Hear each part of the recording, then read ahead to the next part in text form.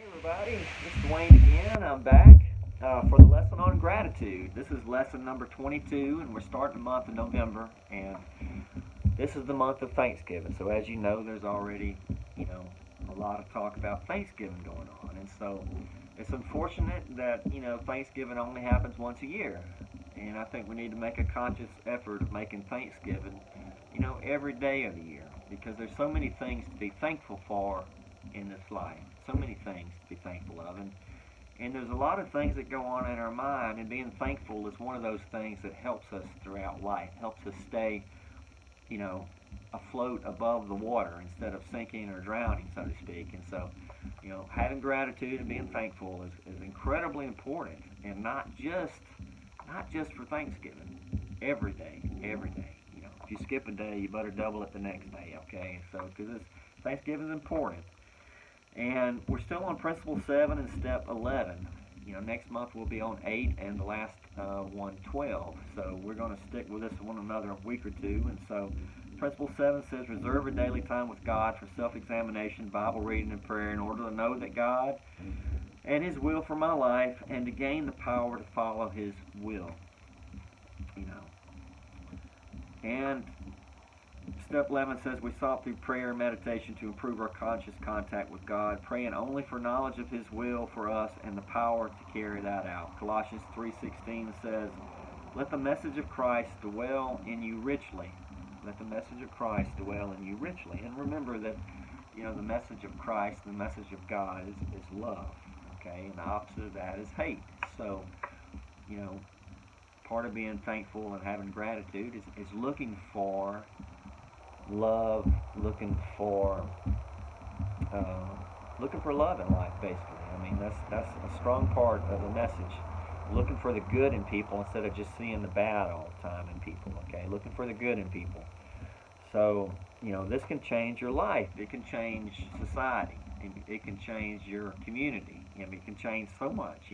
Just looking for love. Okay, and it's not that bad things don't happen. They do, because we have free will.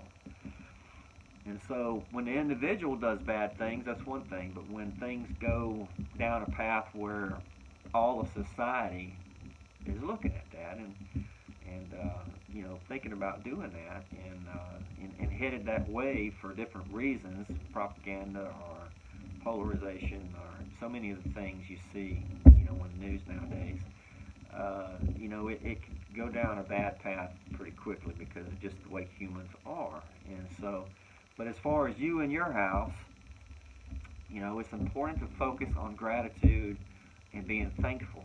You know, and I'm not talking about being thankful for the material things, because that's a thirst that you'll never quench. Okay, so I'm not speaking about that whatsoever. I'm talking about being thankful in your heart and in your mind for the spiritual things. I mean, and so many times we take things for granted. I mean, people in other parts of the world, we think, we get this idea in our head that we've had all these bad things that happen to us, and we have in some cases, in a lot of cases, and some people definitely have been through hell on earth. Okay, and I'm not trying to say they haven't, but some of the things that if we let ourselves get our mind overly focused on some of these little things, really don't. When we see things from a world perspective and from what others have been through, they may not be as bad as what we think. And so, what we have to be careful of is not letting these things drown us and take us down to a bad place. Okay, so to have an optimistic attitude. I know, probably, I think it was around 2008 or 2009, I was going through a hard time and thought I had a lot of problems, and I did, certainly did. But, I went to Haiti after the earthquake, and I saw people that had lost their entire families, that had lost their homes, that were sleeping on the streets, literally, not because they were addicted to drugs or because they had done some things that put them on a bad road. It's because the buildings, their houses, literally fell in around them and their family, and the Haitians are some very tough people because they have adapted to a very harsh environment. Okay, and so you see 10 or 12-year-old little girls walking a mile from a well to their home with like a 5 gallon water jug on top of their head and balancing it, or not even balancing it with their hand, just walking with it, which is an amazing feat altogether. I witnessed that, and so you see these people, you know, that live in a house that's maybe 10 foot 10 made out of concrete block, and they have very few possessions, maybe a pot to cook with, and, you know, maybe some cans they drink out of that they found at the dump, which is a horrendous place. I saw that as well. The dump is the same place where, you know, near the river where they would take baths and so forth. And you know, it's just, you know, so you see these things and you think, well, maybe, you know, maybe I don't have it so bad after all. Okay, maybe I don't have it so bad after all. And I want to tell you about my mother, something that she always says. She turned 93 back in September, okay, and she fell and broke her hip, you know, a couple of times, you know, 4 years ago or 5 years ago. And second time she almost didn't make it up, you know, back home, okay. She'd lost so much blood and everything, uh, you know, so but she can't get around. She can't drive anymore. You know, she's on a walker, but even with the walker, it's really scary to watch her walk and so forth. Okay, and so you know, just imagine you're in a situation where you're confined to a small area and you cannot just go jump in your car and take off into the wild blue sunset anymore. Okay, uh, you know, and her attitude is so amazing. It's something to learn from, something to strive for. I mean, what she's done is she's adapted to this new environment, okay? And so many times people don't want to change and they don't adjust to change good, and it makes them angry and it makes them stressed and so forth. But she's adapted. She's adapted very well to her environment. She's got has such a loving heart about her. And to see this, she tells me all the time. She says, "Dwayne, be thankful for the little blessing." I mean, if I even complain about anything, she says, "Dwayne, be thankful for the little blessings." And this is who it's coming from is incredibly important, you know. I mean, we're talking about a woman that, you know, her body has aged incredibly much, and she's very frail, and she's broken bones, and she's broken her shoulder so many times that she can't even hardly do anything with it. And, you know, and luckily she can read. So that's one of the things she's thankful for. She reads a book every day, even today. She'll read a book every day, from page 1 to page 200, whatever it is. And so there's constantly, every week, there's stacks of books in her bed that she's went through, and then we put them back, and she gets a new stack of books and starts over again. And so, and she's very thankful, and she tells me all the time to be thankful for the little blessings and all. But that reminds me of a time I went through that was very, very difficult, and you know, probably back around 2008, 2009, you know, and it just seemed like there were forces and people that were trying to take me out of here, and you know, it was a rough time, and you know, I got rather sad about it, and you know, and so what I did was I made a list. I made a list of things that brought me little joys, and you know, and I forced myself to do this. You know, I read that somewhere or heard it somewhere. I can't remember what it was, but I forced myself to make a list.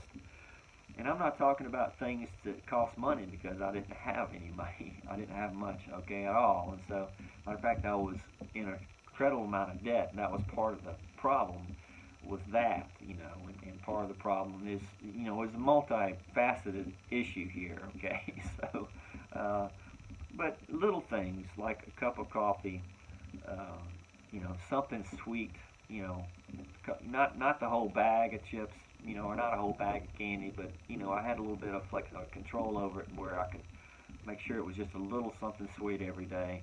Uh, you know, a glass of juice, grape juice every day, and I can't even remember the entire list, but it's important to make that list ahead of time because when you get in a bad place, you can't always remember what some of those things are, and so it's important to have a list. So, and force yourself to go down and check that list off every day.